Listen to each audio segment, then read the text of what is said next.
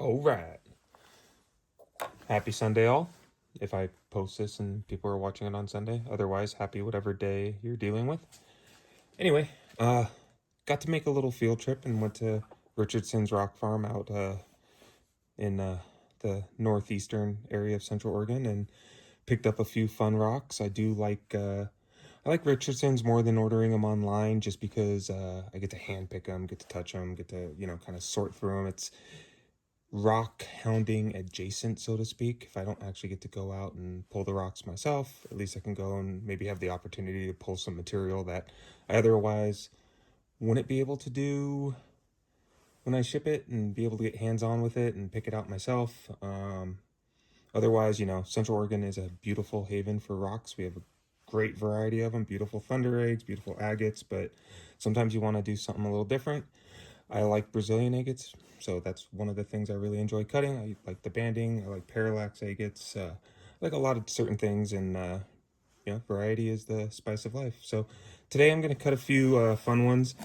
These are all kind of either like ugly kind of potato looking rocks that have kind of a cool window that's a hint to something more than what's just on the outside. This one's got some like tight banding in that little window, and there's some cool lines in here, and this one's got a whole lot going on. This one actually I'm really curious about. This one looks neat. This one's also got a really cool window, but otherwise looks just kind of a dull husk. So I think I'm gonna kind of cut these all to get maximum surface area, but well, let's get to cutting. Yeah.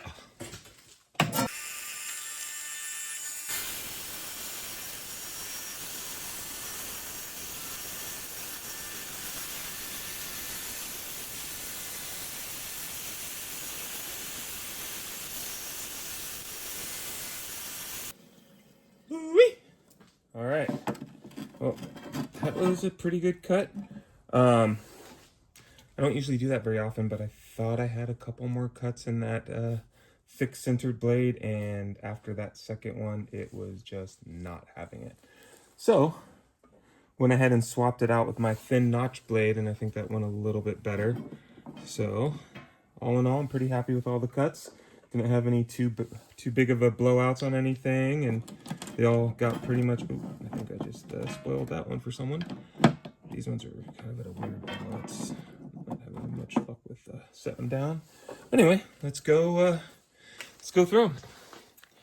So this is that first one that had this kind of cool, this kind of stained window right there, and not much else going on. The rest of it looks pretty much like a potato, but let's see. What do you guys think? Think banding? I'm hoping some cool banding. Anyway. Yeah, it looks like something. Oh, wow. Well, it's a geode. Oh, and it's got water lines too. Oh, man, that is so cool. Man, it's kind of hard to see the banding, but that banding is really tight. It's very rusty. Oh, that is so cool. That is spiffy. Oh, heck yeah. Yeah, that is going to polish beautifully. Look at that. You got the water lines going right into that little geode pocket. Man, even around the husk looks pretty cool. The contrast in the lighter tan brown to the dark kind of more bronzy gold. Man, I have to get some good pictures of that, but the banding on it, it's stunning. Wow. All right. Good start. I love these. Alrighty.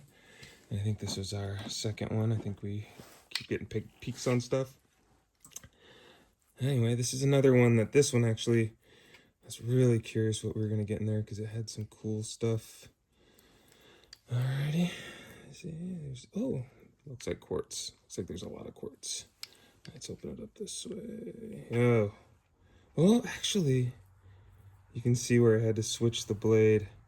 Went from the thick to the thin. It's actually kind of cool. Never switched from thick to thin mid-cut, so that's neat how the quartz is just kind of enveloping the rest of the actual banded agate.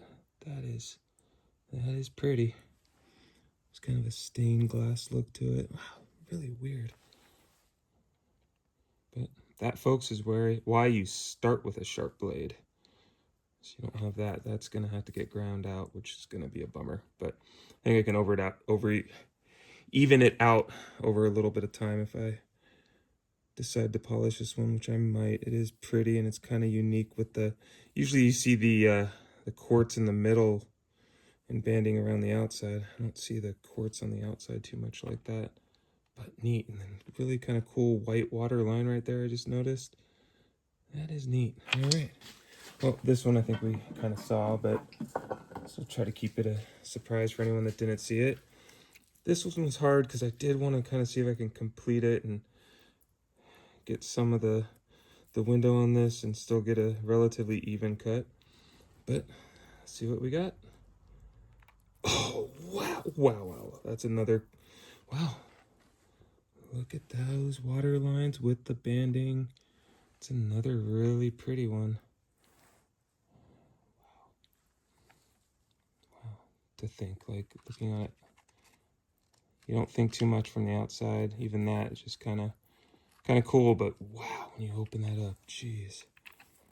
I have to get some other pictures of this one too, but yeah, this one's definitely going to be a polish keeper. Oh, wow, that is so cool. All right, and last but not least, I don't know what to make of this one. I think it might have some water lines in it too. All right, let's take a, oh, I don't know. It's weird.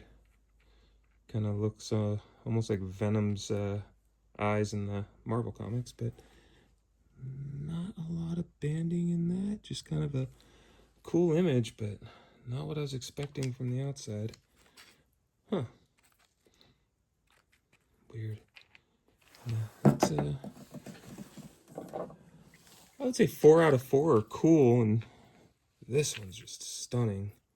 This one I just absolutely love, and that's gonna polish nice and pretty. It's got some really cool contrast in that water banding.